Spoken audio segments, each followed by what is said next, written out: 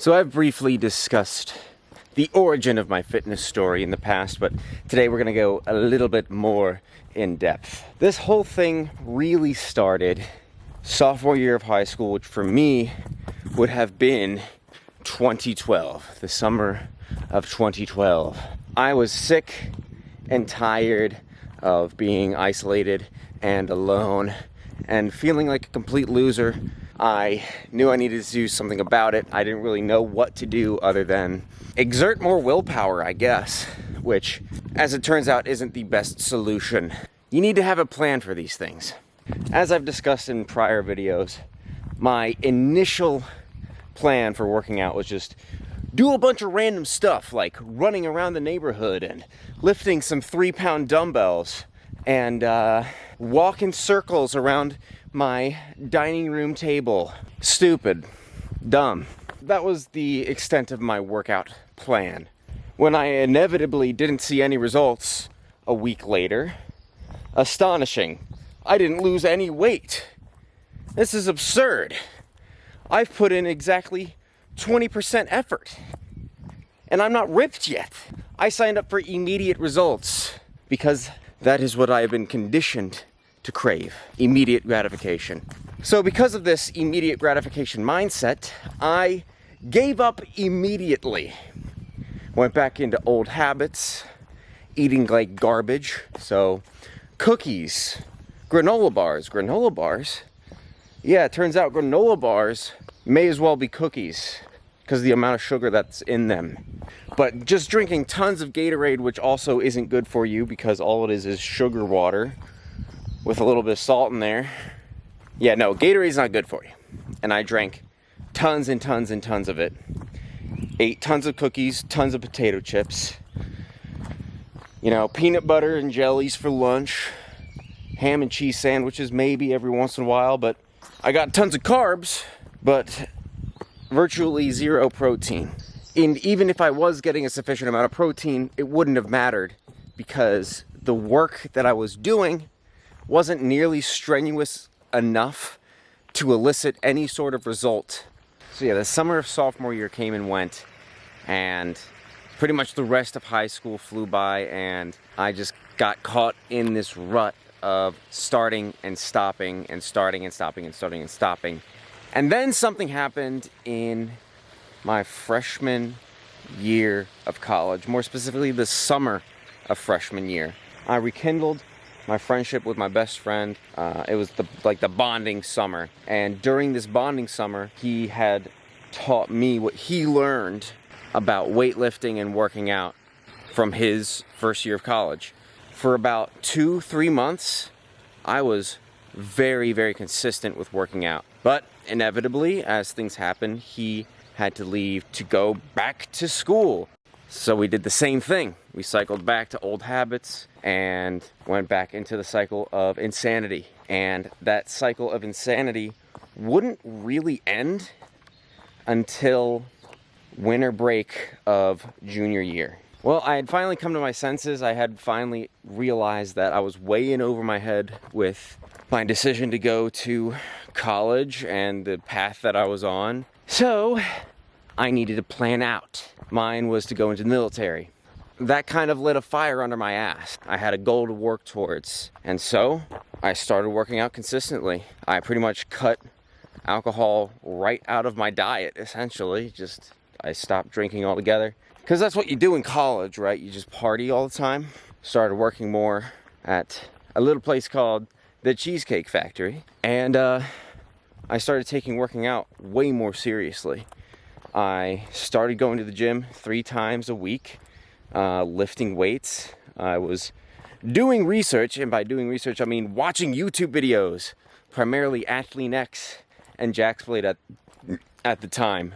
I gotta give it to them, man. They gave me a pretty solid starting point for a newbie in the gym.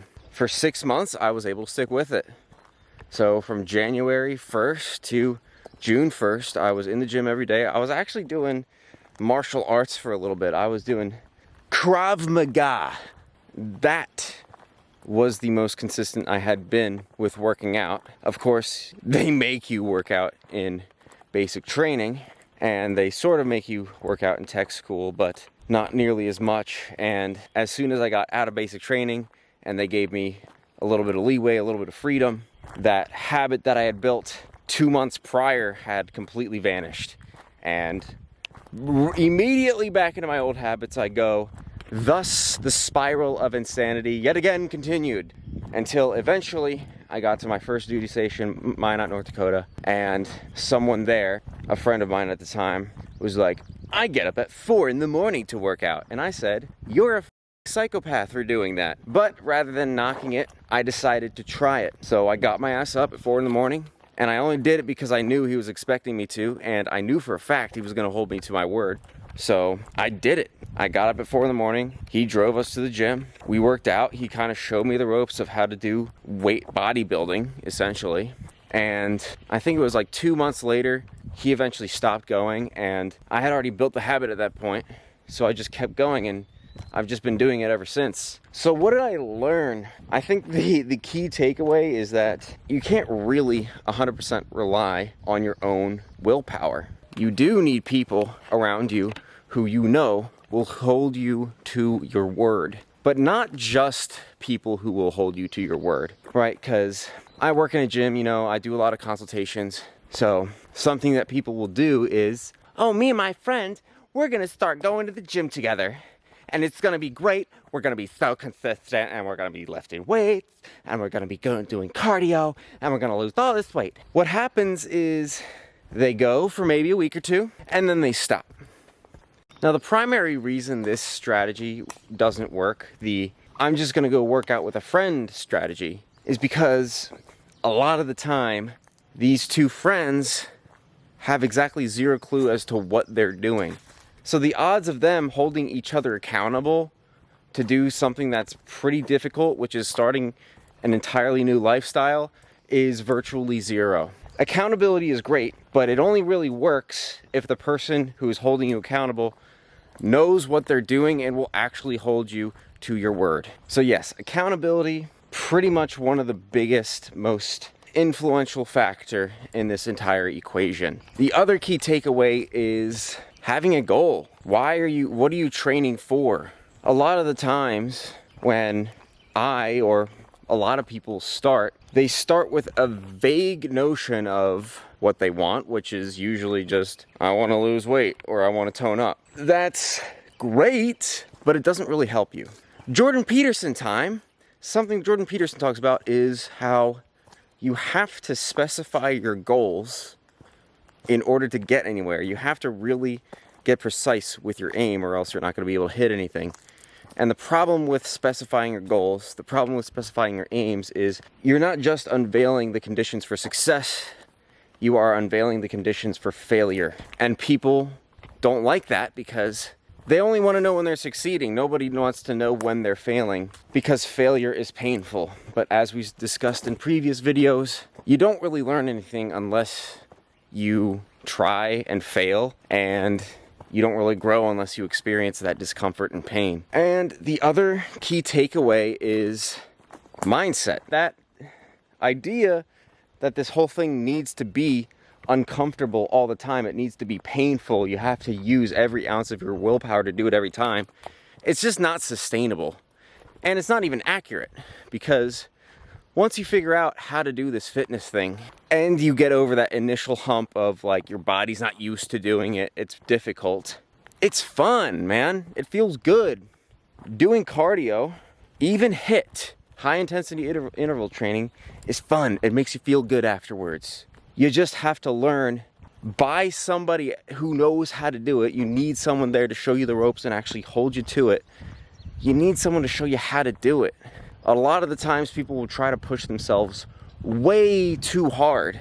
You're not doing the thing efficiently. Anyway, once I figured out those 3 key aspects, that accountability deal was crucial. I found out the right mindset, that this doesn't have to be excruciatingly difficult. It can actually be fun. And I just learned how to push myself effectively. I was able to stay consistent and pretty much see results the last 3 years or so. Now, obviously there were hiccups during that time, and that's for a completely different video, the hiccups during Thank you all for watching, and I'll see you in the next one.